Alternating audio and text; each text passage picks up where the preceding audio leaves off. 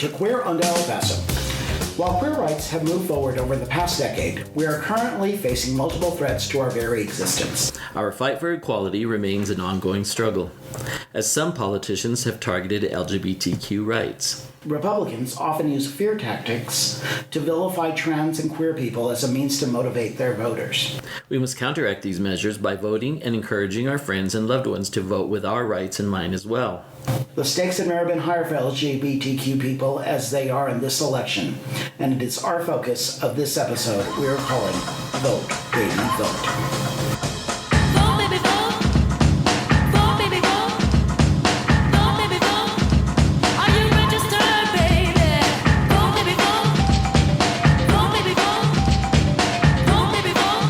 Wesley Lawrence is a native El Pasoan. He is the founder of the Stonewall Democrats, a member of the LGBTQIA community, and serves as State Democratic Executive Committeeman for Congressional District 23. He is a graduate of Austin High School and a dedicated community advocate who ran for City Council in District 4 during the 2020 election. He is currently enrolled at El Paso Community College, pursuing an associate's degree in mass media communications. We will also talk to him about his second run for City Council District 4 in this election year. Wesley, welcome to Queer on El Paso.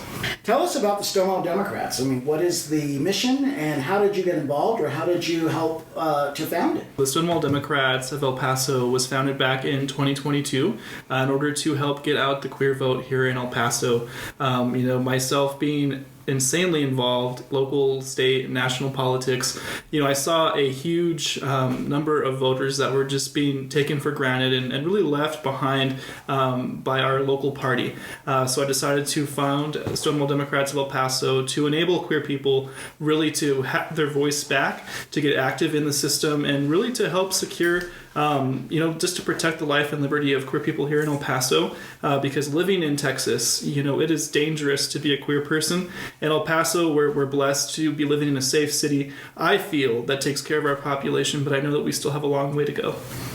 And so how did you first come across the organization, Stonewall Democrats? I serve on the State Democratic Executive Committee, back then representing Senate District 29, now Texas Congressional District 23. But one of my friends was actually on the SDC representing the LGBTQIA plus caucus, and they approached me and they said, hey, Wesley, you being a gay person who ran for office before really should try to bring this chapter to El Paso to help your people. And I said, well, the worst we can do is try, right? And I never say the best we can do is try, because it's a lot of work, right? So I always encourage people, look, if you want to do something, try, and then try again, because it's a repetitive process and it really takes work.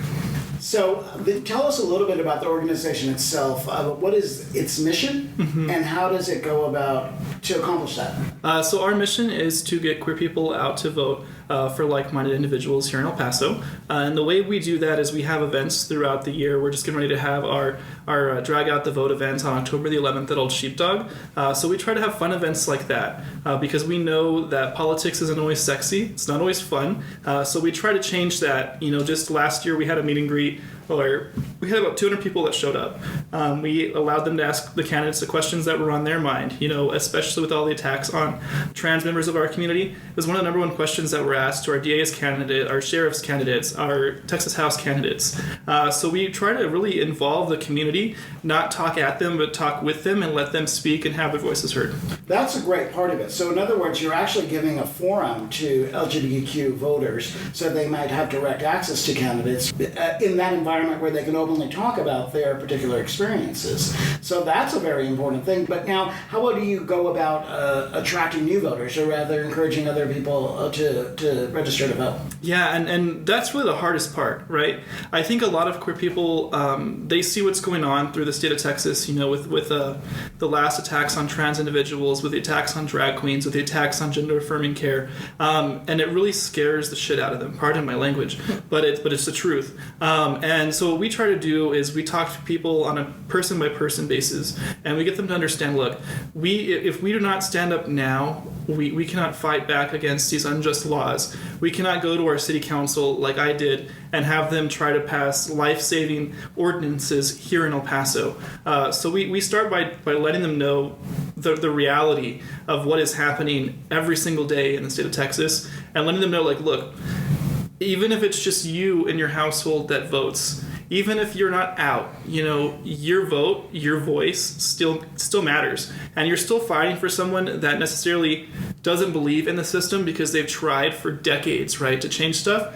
But this is a new generation of voters. These are people just like the people that were so adamant during the Stonewall era that are going to really face that change. We have to change the narrative that queer people are afraid, that we're not prepared to fight back, because we are. We are seeing every single day of the week here in the state of Texas trans individuals that are stepping up for their rights. And we're seeing people throughout the entire LGBTQIA plus community that are joining with them, and that's what really matters. So we always tell people this: register to vote, join an organization. Doesn't necessarily have to be ours, right? We would prefer that because we're the organization that's really putting in the work for our people. And then vote. And then if you have friends and family members that truly care about you, sit down with them, have the conversation, say, look, I might not be trans, for example, but my friend is, and the state of Texas is coming after them with all they have. So we need to do the same thing as a voter and as a populace and really stand up for our people. In your efforts, do you find that you're really dealing with younger people? So it's a mix of everybody. I know the hard part here in El Paso is finding people where they're at. So myself, sometimes when I go to Epic or to Briar Patch or even to any of the other bars like that, I talk to the drag queens. I talk to the people that are there and say, hey, look, are you registered to vote? And if not, why?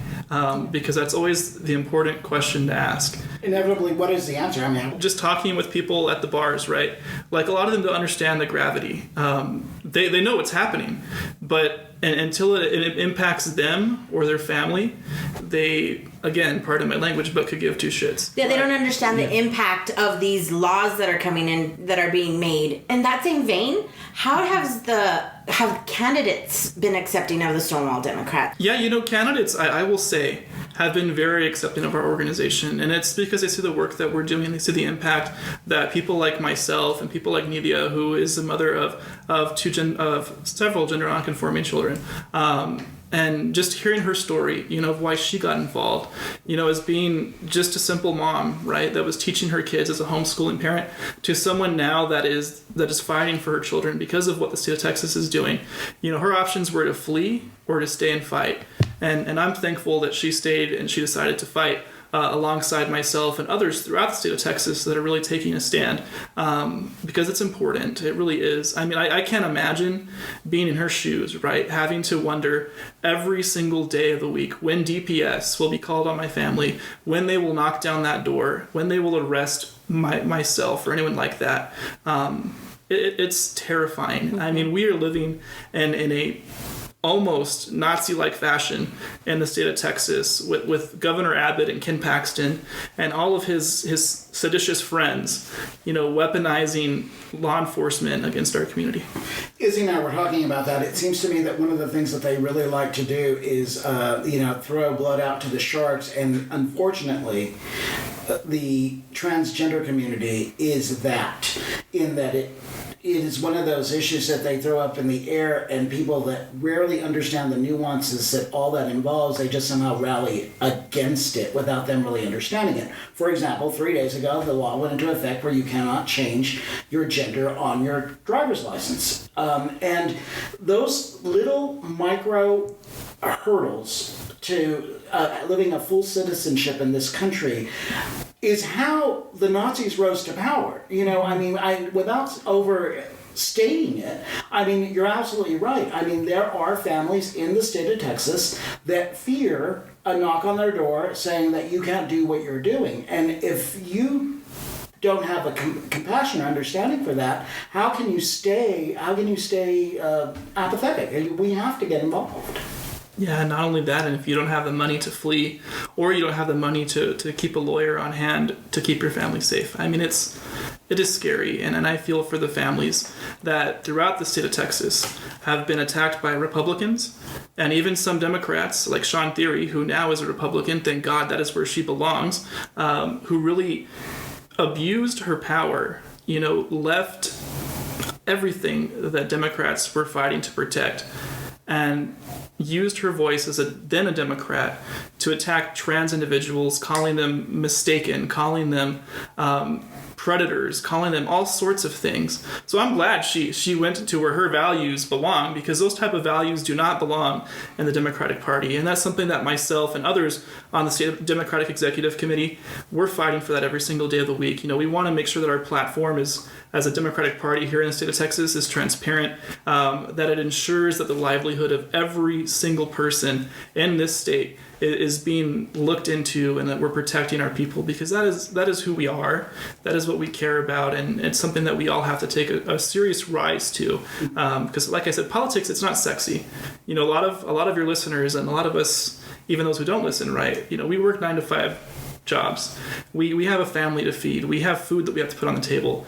Politics is often the last thing on people's mind, and I completely understand that, but we have to, as a community, get people to flip that awareness and say, hey, look, we're not going to be able to work if these laws keep getting more extreme. We're not going to be able to put food on the table if suddenly a sign pops up at a store that I like to go to that says no queer people allowed. Right. Well, and the interesting thing is that we're coming off of a period of time where it was kind of this false sense of comfort that we had, with gay marriage being legal and the transgender community rising in visibility, because they're now more visible than they ever have been before, which is a good and a bad thing. A good thing for the community, a bad thing that it creates a lot of misunderstanding and undue prejudice. But the reality is, going back to the idea that people go about their lives and trying to work, everything is politics. This is the world that we live in. There isn't anything that you can do when you go to the grocery store, when you go to your job, when you go to the doctor. Everything is underpinned by politics. And in Texas, that's even more so. So tell us about what other work does the Stonewall Democrats do? I mean, aside from empowering voters, and meaning signing voters up, helping to inform them about some of the upcoming elections, what else does the Stonewall Democrats offer? One, I'm assuming you don't have to be gay to be a member. Are there dues? Do you pay? Do you just volunteer? What is that like? Tell us about the dynamic of your membership. Yeah, we just instituted dues, but I do want to be clear that those people who are working class people like myself, if you can't afford them, we'll happily waive that for your family. Yeah. Because it's important. I don't think that there should be a pay-to-play version of politics. I don't believe in that. So that's why I really fought hard to really get the president and everyone that's really all new to politics. I'm the only one that's been here for a long time to understand the gravity of the situation. So other things that we do is we work with elected officials. Just like last year, I don't know if you all remember seeing on the news that I was working with Representative Hernandez and Representative Rivera to make El Paso a safer place for queer families, with creating an El Paso Safer Together program, creating a LGBTQIA plus diversity board at the city level, creating an office of equality and inclusion at the city level. A lot of that work kind of got stalled, right? Unfortunately, things with policy take a while to get done. So we'll see how this looks after November, seeing how this election goes, because we do have 7 municipal seats that are up for election, 6 city council seats, and 1 mayoral seat. So hopefully we can see a change in direction and our new council and our new mayor that will really prioritize keeping our people safe. And I can promise you that Stonewall Democrats, we're not going to let off the gas. But lastly, it's getting people involved in the party, because we can only change something when we're all involved. Myself, I'm very progressive. I think that a lot of our members are as well. So we want to really see a party that is transformative locally of those values, because at the end of the day, we have a lot of work that needs to get done here as a local party. We need to bring more queer people into that fold, and we're slowly doing that. And one of the things that we're really trying to focus on, at least this election, is getting that data, because it's super important. In El Paso, in Texas, we use a system called the Voter Activation Network, VAN for short, and you're able to tag voters. So our big goal is to work with the local party and the state party to ensure that we are marking voters as queer friendly whenever people go to their doors, and ask that question. Because number one, it helps when we go to Austin as a state delegation to advocate for laws. We will have that data. Out of the 450,000 voters, for example, that we talked to in the state of Texas this last election cycle, we had, for example, 310,000 people that said we are with the queer community and we are not going anywhere.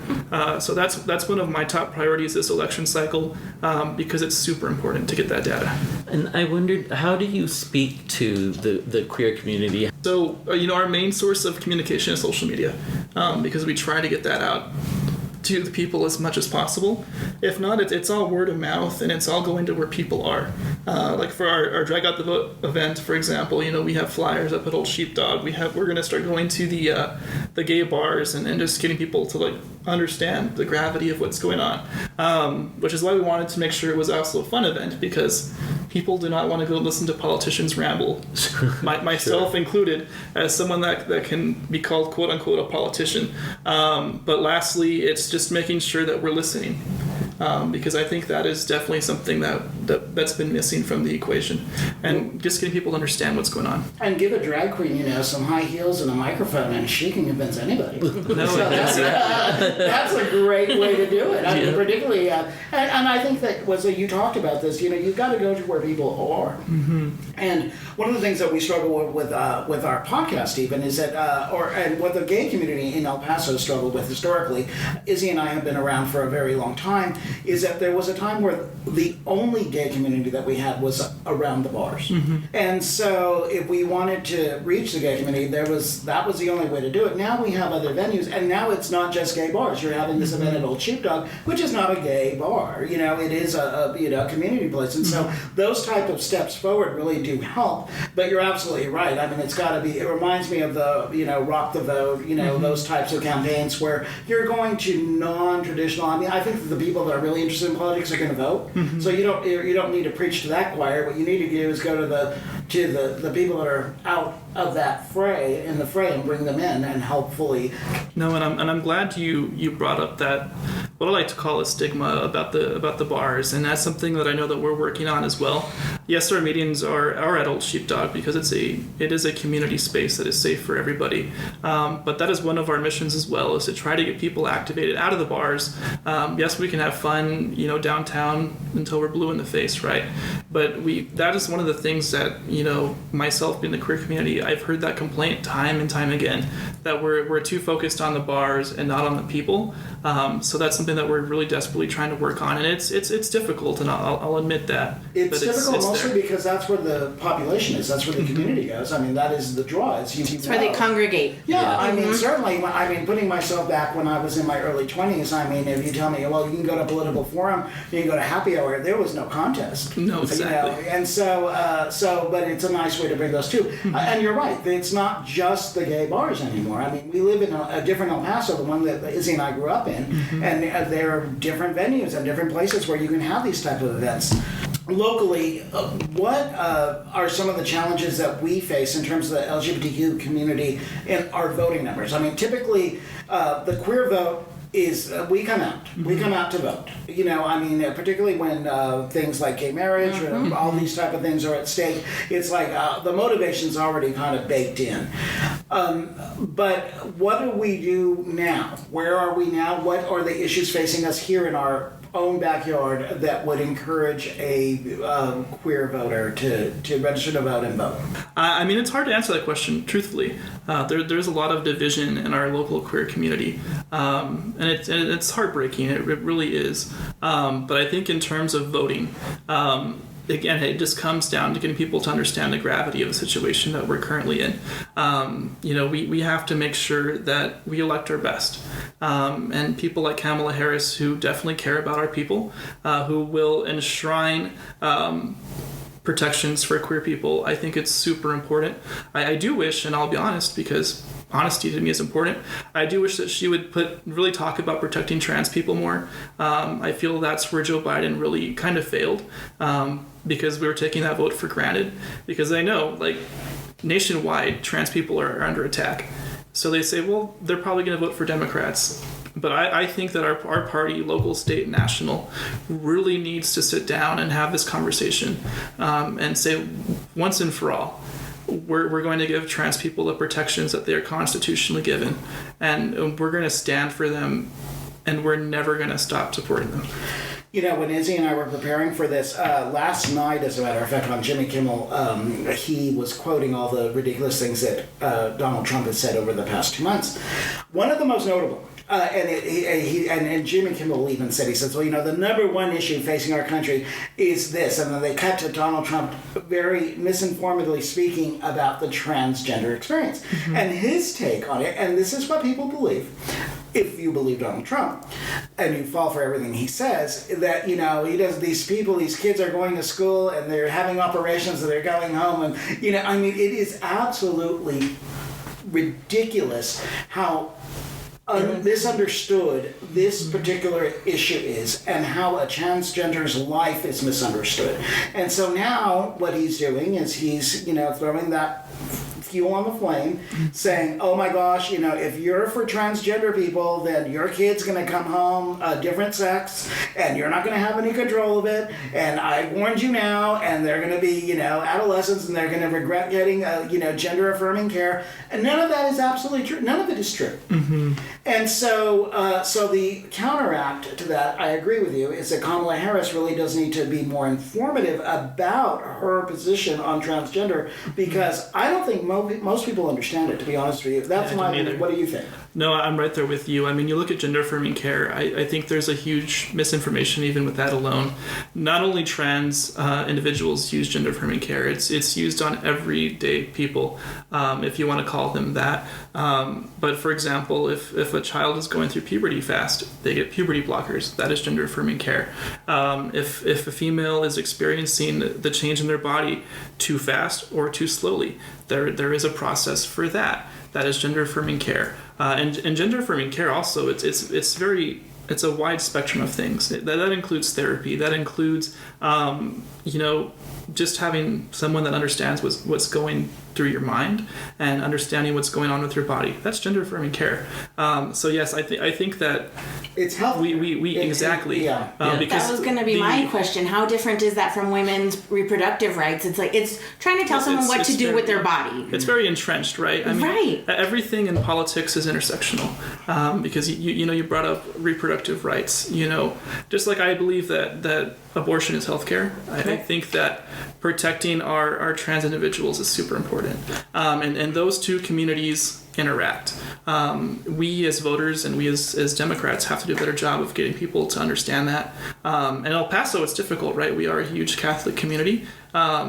So it's that whole abortion thing can be quite scary at the doors. Myself running for city council, I get that question all the time, and I'm like, well, your city council does nothing with abortion. I whether I believe in abortion or not, we can't do anything with that. But voters think we can. So it's really interesting. Most voters don't know what a city government does or what a city government can do to protect people. That's why 2 years ago, when we had the fall of reproductive health care justice, with the overturning of Roe versus Wade. Our city council worked diligently to deprioritize the enforcement of people seeking reproductive health care freedoms. That failed, so then we decriminalized it. Which simply means that if an officer hears about it, they don't have to go and investigate that crime, which it's not a crime, right. But in the state of Texas, apparently freedom is illegal. Yeah. But it's the same thing with the queer community as well. I was working diligently with Representative Hernandez and Rivera to deprioritize the enforcement of the drag ban, because several businesses reached out to me and they said, what can we do? And I said, well, keep doing what you're doing. This law eventually will be unconstitutional. Yes, it is going to be scary, but I can tell you that in talking with City Representative Hernandez and Rivera, that deprioritizing that effort will be successful. And it ended up, the votes were there and it passed. But even that was scary because people that do drag, that's their job for some people. And that was taking money off their table.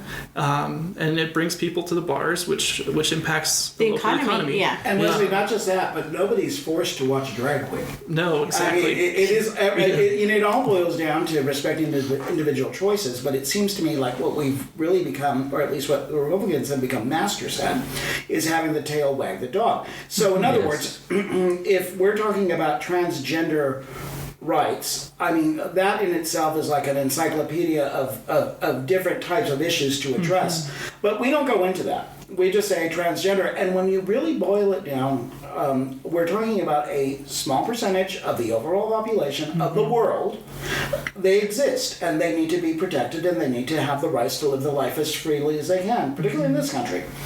But it's not going to affect your average Joe person. So if you have a problem with somebody who is transgender, well, they probably don't even operate in your world. And so how would denying them any kind of rights affect you? The same is true about, and that's a natural progression. The same thing about gay marriage. It's like, if you're perfectly married and you go to church and you're 100% Catholic and that's all great, and marriage is between one man and one woman, that's good for you. But how does my marriage to my husband affect you? It doesn't. And the same is true in all of these other things. But what we want, it seems, to clear up is that a lot of these issues don't involve you. That's why I love the mind your own damn business, because that pretty much sums it up. And in Texas, you would think that kind of attitude would go a long way, because we're Texans, for God's sake, and we've got guns, and we're going to shoot and kill whatever we want, and anything else. Right, and therefore less government the better, and Right. all of It's that. It just seems so contrary to what we've been brought up with our whole life. The contradiction mystifies me. If only there was a party that believed in that. That's the Republican Party. That's supposed to be their thing: less government, protect individual rights and freedoms of individuals. But apparently, apparently they're all Democrats now, because that's the party that's protecting people. It's not the Republicans. They don't care about individual freedom and civil liberties anymore. They care about scaring the shit out of people. That is the Republican Party. That's exactly right. That is how they operate, because you can't tell. I can't. Someone who's been in this community for a very long time. I don't know if someone's gay. I don't know if someone's transgender. No. How do they? That is a question I've always asked Republicans. Well, how do you know? Really, how do you know? Because if you're going to use DPS to really start this thing, are you gay? And I've asked a Republican voter that one time. Are you gay? Are you trans? Really, if you're going to go after this, I think I have the right to ask you the same questions, because that is where we are heading. And there's that fine line, with like the comparisons to Nazi Germany, with wearing the stars on your all of those things. Ways to identify people and to section them out, and I think that the drag community is used kind of like a piece of meat to wag at constituents, that like we can scare you with these people that you don't understand, and it's the lack of understanding that makes them, that causes fury and those kinds of things. Yeah, and I think that's why they've really focused on transgender people, because it is still very misunderstood. Whereas now everybody kind of gets gay. Yeah. Everybody gets gay and lesbian, and we've kind of been visible, and so now it's not a big deal for even Republicans, God forbid, have gay friends or gay children or gay parents. It's still possible, and we've reached that level of visibility and acceptance.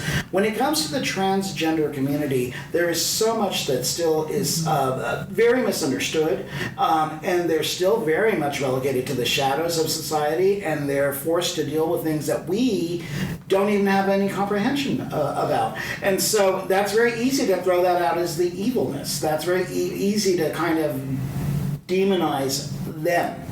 And people seem to be very willing to jump on board against them.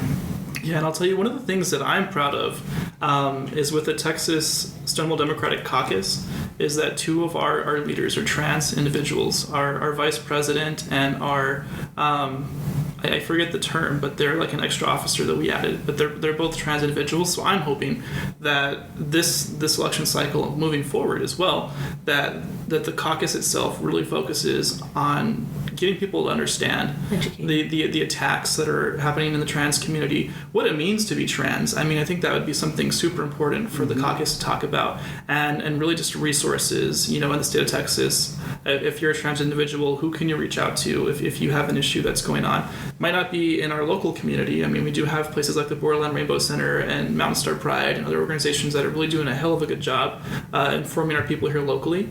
But unfortunately, we don't have that throughout the rest of Texas. There are some places, Austin, Dallas, Houston, even in Odessa, they have organizations like that. But there's really places in the middle of nowhere that have queer people that have no outlet. So they rely on places like the Trevor Project, for example, and other organizations like that. So that's one of the things I've really asked our state president to focus on those issues. Talking about state issues, we were hoping when Beto O'Rourke ran that there was going to be the blue wave, and it turned out not to be true. And I've kind of settled on this theory now where I don't know that there's a blue wave that's coming, but I think that we have to turn purple before we turn blue. And I think that this particular election, both the state and the federal, the national races, create a real opportunity for people to really kind of analyze what their true opinions are. So I'm optimistic that we will become more purple before, within the next couple of months. What is your take on that? No, I'm with you on that. Serving on the State Democratic Executive Committee, I traveled the entire state of Texas every 4 months. So sometimes we have meetings in Austin, Dallas, Houston, San Antonio. I'm hoping we go up the Panhandle and in the RGV, because I think the RGV is super important to contact. Those are voters that are just like us here in El Paso that traditionally we ignore. But I think it's definitely doable. I mean, we've never, at least in my lifetime, have seen this type of excitement that we're seeing with Kamala Harris and Tim Walz. It just was never there. I mean, watching the convention, the energy from my TV was very palpable. I mean, I could feel the energy in that room through my TV. And that's different from conventions of the past. So I think it's doable. I mean, and I agree with Beto. I think we are a blue state, but we're also a non-voting state. And a lot of that comes down to the simple fact that voters are told by people running for office that we're going to do this, we're going to do that. They get elected, they don't do this or that. So then these people say, well, shoot, I voted 4 years ago, and this person told me they're going to fix my potholes, for example, or they're going to protect my family. And they get that one chance to do that on the dais, and they either vote no or they don't even show up. So I think that is the issue that we're facing here in the state of Texas, is there's a lot of good people that, want to vote, but they've been either lied to, they've not been talked to, because that's also important. I'm in the belief that signs do vote, because it allows people that are just doing their daily business to say, hey, this person's running for office, I now saw their name, maybe if I have time I'll go look into them. So I think signs are super important. But lastly, it comes to talking to voters where they're at, and talking to them in a language they can understand also is super important. I know myself, all my stuff was in English and Spanish, but there are communities like San Antonio, for example. If you go to like New Braunfels or those little areas out there, San Marcos, a lot of those voters speak Spanish, predominantly Spanish, but the people that run for office there only speak English, and they don't have the mindset of saying, hey, whether these people vote for me or not, let's make sure that this information that we send out is bilingual, multilingual, depending on your area. So we definitely have to change that demographic. And lastly, I can tell you, working on the State Democratic Executive Committee, we've really been doing a lot of work of fixing our messaging, because Republicans, at the end of the day, I think their messaging is better than ours. Their message isn't, but their messaging is, because they're using fear to motivate voters to turn out. We're using hope. We're using progress and prosperity. It's a little more abstract. It's a little more abstract, to get them and it's something that voters want, but they're like, don't we have this already? So then they might not turn out to vote. I mean, if you look at when Beto ran, the largest number of people that, in the demographics, right, was people that were registered to vote, but just did not turn out. I mean, 1 million Texans, right, just did not go out and vote. And that's scary. That's why I love people like Beto. Beto went to every single county when he ran for Senate, when he ran for governor. And I think all of our statewide people, Colin Allred, for example, who's running for U.S. Senate, needs to really start hitting the ground. Because you're not going to flip a Senate seat. You're not going to flip a congressional seat. You're not going to flip a state house or state Senate seat by staying at your house. Right, and honestly, Beto did a lot of the groundwork for him, and is still continuing to do a lot of the groundwork. I mean, he's still out there, actively recruiting voters, because I think he just understands the nature of this state and the nature of the voter apathy here, and also some of the gerrymandering and some of the different political tactics that have been repressed a lot of people or stop people from voting. To be no, exactly, and it doesn't help either that the National Party doesn't take Texas serious. I know in my heart, talking to voters, that Texas is the largest battleground state in the United States, and we have to get the National Party to understand that, and as goes Texas, as goes the nation. Because when we flip this state, that there will not be a Republican president for decades, as long as we keep the work that we did that one time that we flipped the state, and our elected people do their job, keep people confident, say, hey, even if they voted for a Republican, even if they voted for Ted Cruz and we flipped the Senate seat to Colin Allred delivers for the people of Texas, they're going to say, well, I might not have voted for Colin, but holy cow, life is getting better in the state of Texas since he was elected. Well, one would think, particularly given our history, look, for example, Ann Richards, when she was elected to office, those were prosperous times for Texas, and they were peaceful times, and there was a level of humanity. And of course, she was a woman, and she advocated for women's reproductive rights and all of the different things that we as Democrats really align with. What we have now in Ted Cruz, for example, is really just an evil little bastard. And there's that's really all he is. And Abbott as well. It's almost mind-boggling that these people can be, they might as well be, curling their fingers over a pile of money, that they handed to them by the oil companies, because it is that caricature of evil. Texas is so wrapped up in its own identity of, we're Texans and this sort of thing, that I think that a lot of that is missed. I think that, what's going on with our lieutenant governor, what's going on with everything going on in this state, somehow or another we still are, damn it, I'm Texan. And we still default to that Texan pride when, if you really break it down, there was no better time to be proud than when Ann Richards was running the state. That was when it was a good time to be a proud Texan. I don't know that that's the case anymore. I don't either. It's scary. You look at Governor Abbott. He has a chance to really be a voice for people with disabilities, ensuring that our state becomes one of the most accessible states in the United States of America. Does nothing. What does he do? He strips the rights of people with disabilities, their voting rights. He makes it harder for them to vote, even during a nationwide pandemic. And he continues to leave people of Texas behind.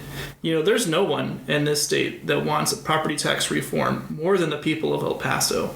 And when he comes to El Paso, that's what he says. We're gonna fix your property taxes. And then he goes to the governor's mansion, finds that big pile of money from oil and gas, and says, well, these people over here, they're not giving me any money, so I'm going to keep doing what oil and gas tells me to do.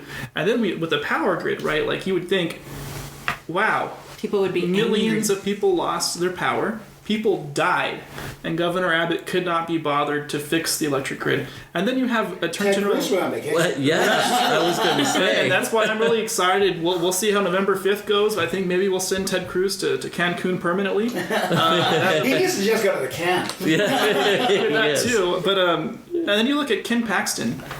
This bastard was found to have broken the law.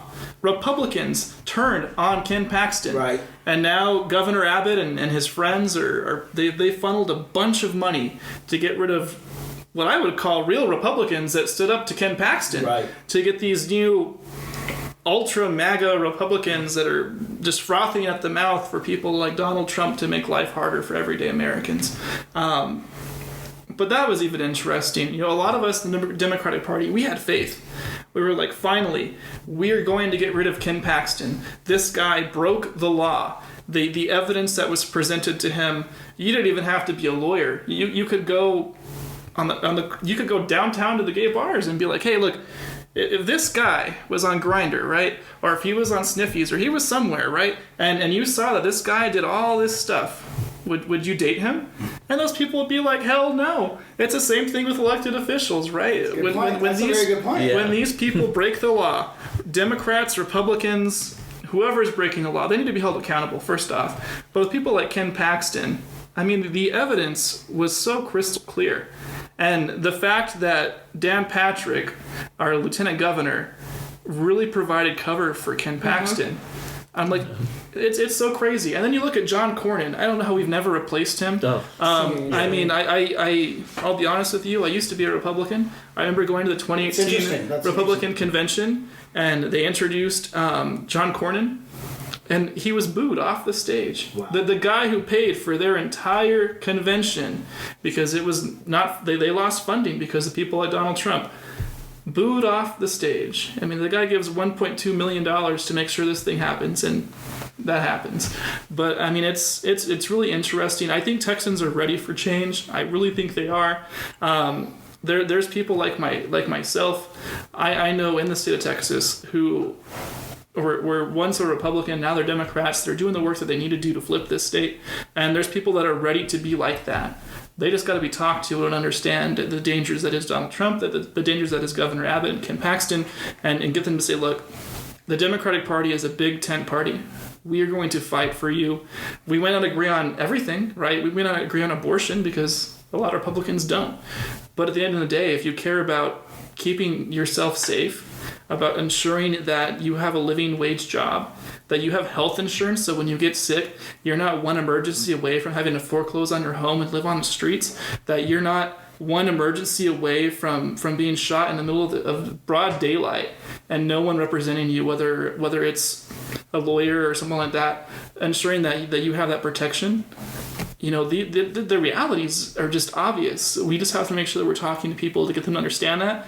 And then you look at immigration. You know, Republicans in the state of Texas do not have the authority, and in my opinion, they don't have the constitutional authority to pass these laws that they were trying to pass. Mm-hmm. I mean, to deputize a police officer or a Department of Public Safety officer to be, in my opinion, Gestapo agents, because that is what they were trying to do to allow those individuals and even everyday people to say, look, you're too brown. I don't think you're here legally. That is how the law was written, that they were trying to pass HB 7. Mm-hmm. Thankfully, some Republicans killed it. A lot of Democrats. You know, I went to Austin to speak on that, and it was interesting. You know, there's one Democrat, Richard Raymond, who is in the Valley, and he was like, "Do you believe in open borders?" And I was like, "There's no such thing as open borders. Go find a dictionary. You find that word in the dictionary, I'll shut up."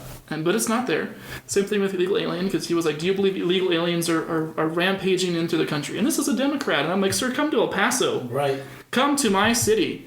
You know, I spent 11 hours traveling to come testify and then another 11 hours to wait to testify. I think the best you can do is hop on a plane because you can afford it and spend a day in my city and see the reality that is there is no immigration crisis. What there is our broken immigration laws that need to be more compassionate because we're too focused on a wall, we're too focused on CBP and not on making it easier for people to come here legally. That is the reality, and Republicans, they that's what they're focused on, making it harder for people to come here. Yet they're going to bitch that our economy is in the tank because people aren't taking jobs, and the jobs that people are coming here to take are jobs that most people don't want. Right. But they're super important jobs. You know, putting food on our tables, putting food on their tables when they're providing that job, and that's the reality that we're in, and it's scary. I mean, it stresses me out every single day. Well, and it's heartbreaking, and particularly when you do all the kind of like showy things like trying to put up some barbed wire fence on the border, like that really does anything. And those are the kind of things that play again, like the transgender issue. I mean, immigration is this wide sweeping mammoth of a problem that will not be solved in one election cycle, mm-hmm. or nor by one candidate, nor by one political party. This is something that has to change systemically, mm-hmm. and we all know that in concept, but somehow or another, the thing that gets hijacked from us are the messages of the immigrants at the border, and they're vermin, and they're this, and they're that, and somehow or another, that's what sticks in our minds, and it just simplifies the issue down to these people, and unfortunately, nothing gets done on either side, I have to say. But hopefully that will change. So it's been said that all politics are local. So you have some experience about this. You ran for city council. Is it District 4? Correct, is that right? Yes. So let's talk a little bit about, and that was in 2020. Yes. And, not in the 19th. Sorry, we're aging ourselves. I'm only 55. Okay. But back at the turn of the century. I'll tell you, our state government's taking us back. Thankfully, I like that. Yeah, and back in 2020, you ran for District 4 City Council. Let's talk about that experience. One, what led you to run for office, how the campaigning went, what you learned along the way, and then how you ultimately decided to run again in 2024. So one of the things, I love that you say that, because I tell it to everyone, that all politics is local. Because in talking to voters 4 years ago, talking to them now, a lot of them think it's up to Congress to fix everything. And I'm like, well, if only Congress would fix your roads, it would save our city a lot of money. Right. We wouldn't have to worry about that. But no, it was really to give a voice to our people, because I felt like that was sorely lacking for decades. The Northeast has just been underrepresented time and time again. And I really wanted to be the voice for our people, and that's the same reason why I'm running today, to bring hope and progress and integrity to our city government. Get people to understand how our city government works. Get people involved in our city government, because I think that's super important. Just the work that I was able to do last year with all the making our city safer for LGBTQIA plus people, being an everyday citizen who just picked up the phone and said, let's get this shit done. It's rare. And that's what I tell voters when I'm talking to them now, and I told them 4 years ago, right? Like, if you want your pothole fixed, you need to get involved. If you want speed bumps on your street to make your street safer, you need to get involved. If you want your property taxes to be lowered, you need to get involved. But most importantly, you need to vote. Because if you don't vote, the chances are, whatever level of government, city, state, or federal, they think you don't care. So that's always important. Yeah, because I'm always disappointed with local election numbers, particularly on the off years. The voter turnout is very low, and so I'm always very disappointed by local voter turnout. Yeah, so when you look at it, so districts 2, 3, 4, and 7 in the mayor's race, they're always during presidential years. So the turnout can be low. But in the case of Donald Trump versus Joe Biden, right, I think voters were rightfully scared of what a second Trump administration could look like. And some people were like, oh, we need to keep this. So on both sides of the aisle, people historically went out and they voted. Right. They just understood what was going on. Being on the bottom of that ticket, it's scary because there's a lot of undervoting, which is people that just skip your race, which is why I've always told our state reps, our state senator, and our elections department is that we have to put local races at top. And then if people skip them, well, that's obvious. They skipped them. It's not that, 2020 I was number 209 on the ballot, so 209 spaces. Wow. That's a lot of reading for voters to do. And especially if they're still learning the new system that we have, because there are voters that are still learning that, or if they're voting by mail, and their voting by mail ballot gets returned 2 or 3 times because Governor Abbott changed the law, where if they didn't put the correct information at the bottom, it gets sent back. But by the way, when you do that, they don't say what you did wrong. So some voters do the same thing again, and it gets sent back. And then they say, well, shoot, this came back a second time. I'm just not even going to vote. I tried my best. The system didn't want me to do it. But really, and even then 4 years ago, we're running the same platform that we did 4 years ago because we care about our community. So we try to make sure that everything that we talk about is focused on the kitchen table, issues that affect every single voter. So we're talking about lending a helping paw to animal services. You look at next door. It's a dystopian world for angry neighbors and a dystopian world for lost pets, which really hurts me. My dog Hope and my other dog Jenna, they're rescue dogs. I found them on the streets and I gave them a home. So I want to make sure that we fix that, really ensure that we're equipping our animal services department to do the best job that they can to keep their staff safe and to keep our people safe. Because I've heard time and time again of people that were mauled by stray animals or even by animals that people were just walking and the pet owner was not responsible. But those people didn't get justice, and that hurts. Ensuring that we invest in critical infrastructure like flood control, which impacts the entire city. I can tell you, I was just at Hope and Anchor on Friday with the rain, and it was like I was living in the middle of a river. So we have to make sure that we address that, but also making sure that our city is accessible for people with disabilities. It breaks my heart whenever I have to see someone in a wheelchair using our streets to get around, because it's safer to use our streets than it is to use our sidewalks.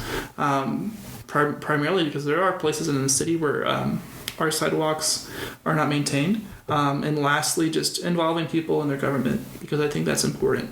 I tell voters every day, we're not going to agree on everything. That's statistically impossible. But what we can agree on is when we talk to each other and we get to learn about each other's experiences and the issues that we care about, change can happen. Maybe not overnight, maybe not in my first 4 years on city council, but I can guarantee you that change will happen. You look at the Northeast, the Sean Haggerty connection is super important to me. I went to council to help fight for that and get it fully funded through TERS. Nothing's been done with that. But lastly, you know, I don't run negative campaigns, but my opponent, God bless his heart, you know, what really forced me to run this time was the fact that he sexually harassed a city employee.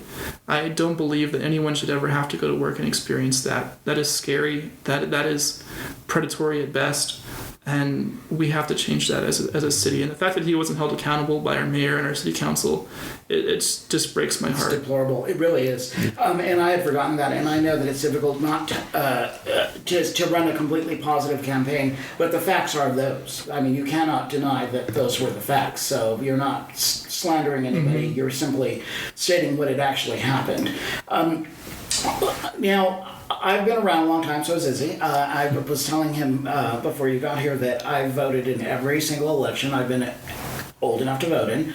And I don't remember having an out candidate on any election that I had participated in. I think I would have remembered that. So are you the first out city council candidate? I think so. I so remember too, we have to congratulate you. I remember back in 2020, I know I was the first person to ever have been endorsed by the LGBTQIA Victory Fund here locally at a city council race. I was also the youngest person to ever run for office. Yeah, that's the other milestone that you've crossed. You're just taking a shot. I like to say that. I did have an opponent who was younger than me, but I don't count him. He went to jail during that race. Yeah.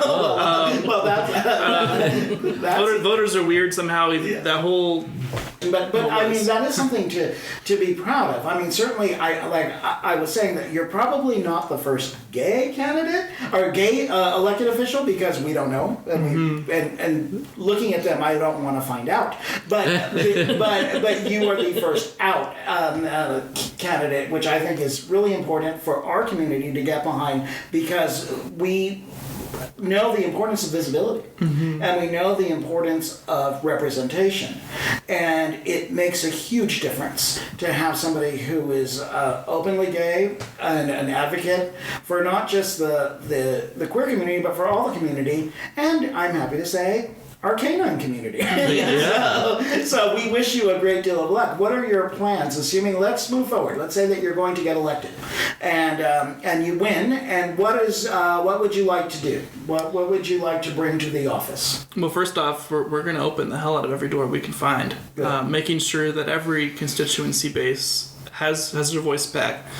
So one of the things I definitely wanted to do, let's say we win November 5th. Let's say, through the grace of whatever you believe in, there is no runoff. November to January is having these meetings, bringing in communities that feel like they've been left behind, letting them air their grievance, letting them just shoot the shit and have their voices heard. And then saying, hey, look, I take office in January. You gave me your wish list of what you want to get done. I can tell you, city politics can be hard. You know, I'm only one vote. Got to find 4 other votes and 3 at best, and hope the mayor, whoever we elect, is a good person and they're willing to break ties for good things. My second thing is just really ensuring that we have a Northeast representative that does not cause scandal. I mean, our last incumbent had an issue with his wife, and that ended up getting squashed, but and then this guy sexually harassing a city employee. I want to make sure that people feel and understand that they have a city representative that cares about them, that is going to advocate for them, and that sure as hell is not going to embarrass them, because that's one of the things I tell people every day. You don't have to be embarrassed by your city council representative. You can elect a new one. And that's what Colin Allred also says about Ted Cruz. Right. But it's important that people, I mean, I think it's also restoring the image of the Northeast. We are not the ghetto. We are actually the safest part of the city. I mean, if you look at statistics. And lastly, it's fixing our first responder crisis that we have here in El Paso. You know, we are bringing in 8 to 15 officers an academy, mainly because a lot of those people are getting poached by CBP and other law enforcement agencies while they're in our academy. And we have the ability to retire 200 cops a year. So that attrition rate is scary. I mean, if you believe in public safety, which I tell voters as well, is not just police and fire. It includes your streets, it includes your animal services department, it includes your quality of life. So that's one of the things we want to sit down with our fire association, with our police association, and really tell them, like, look, what is going on? How can your city council help you? Because at the end of the day, if we lose all of our officers, it's going to become a post-apocalyptic world here in El Paso, which we know that the media is going to use for their advantage and use that to further say El Paso is dangerous. Mm-hmm. That's why I was glad that when we had the 2024 State Democratic Convention here in El Paso, that people were able to see that narrative that they see on whatever news they consume is not true. That's a good point. I'm very glad that was held here, because it's easier to understand the rhetoric for what it is when you actually go to the town and you understand what's happening. And the convention was in downtown El Paso. Mm-hmm. It was a stone's throw away from the border, and these people saw firsthand what El Paso has to offer. So that's a very good point. And I was glad. I'm not going to lie. I took some of those people to Juarez, and we had a very good time. So they even understood that next door, regardless of what they see on the media, is a safe community as well. Well, I love hearing that. Well, our guest has been Wesley Lawrence, who was the founding member of the Stonewall Democrats, an advocacy group encouraging LGBTQ voters to get out the vote, as well as District 4 El Paso City Council representative candidate, who will be on the ballot this November. So, Wesley, thank you for talking to Queer on El Paso, and we wish you luck with the election. Thank you. Thank you. Absolutely.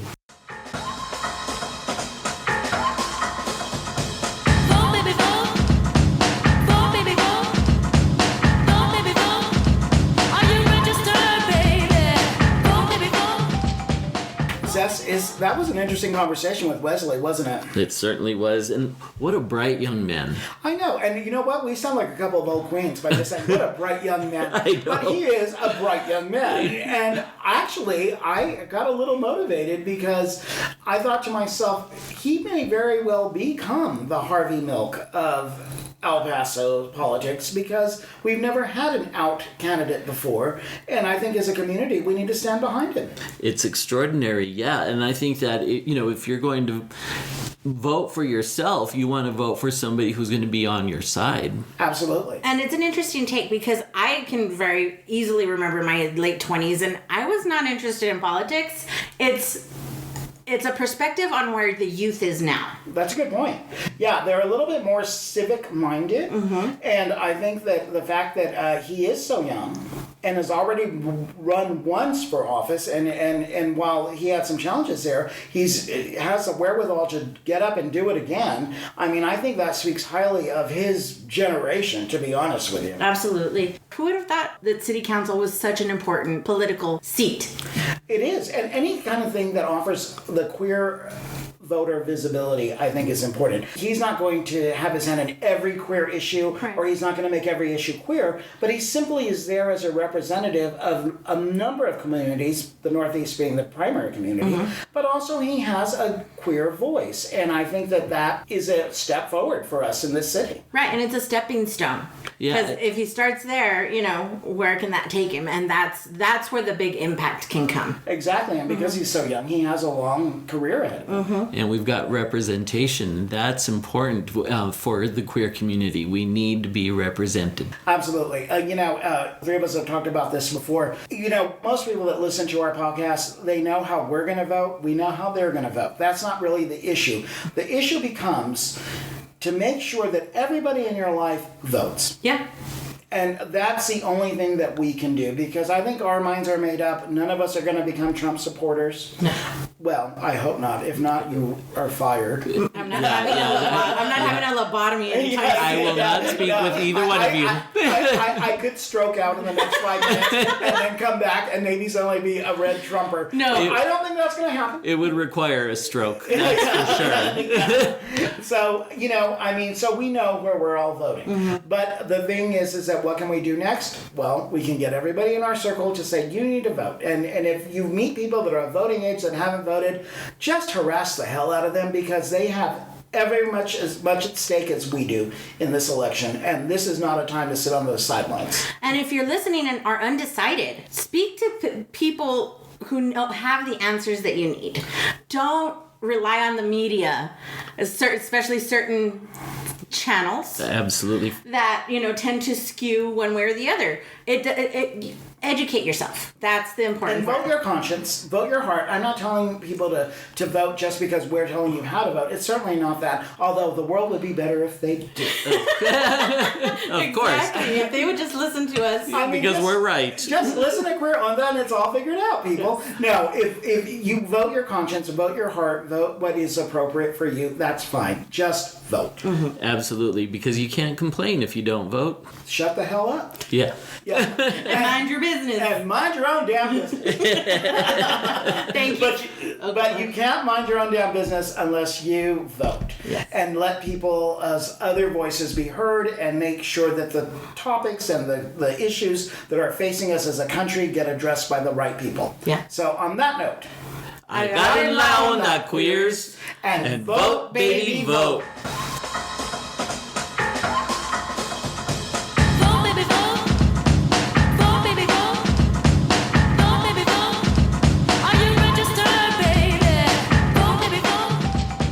We'd love to hear from you. Email us at feedback@queeronthe.com or visit our website and leave a comment. www.queeronthe.com. That's www.queeronda.com.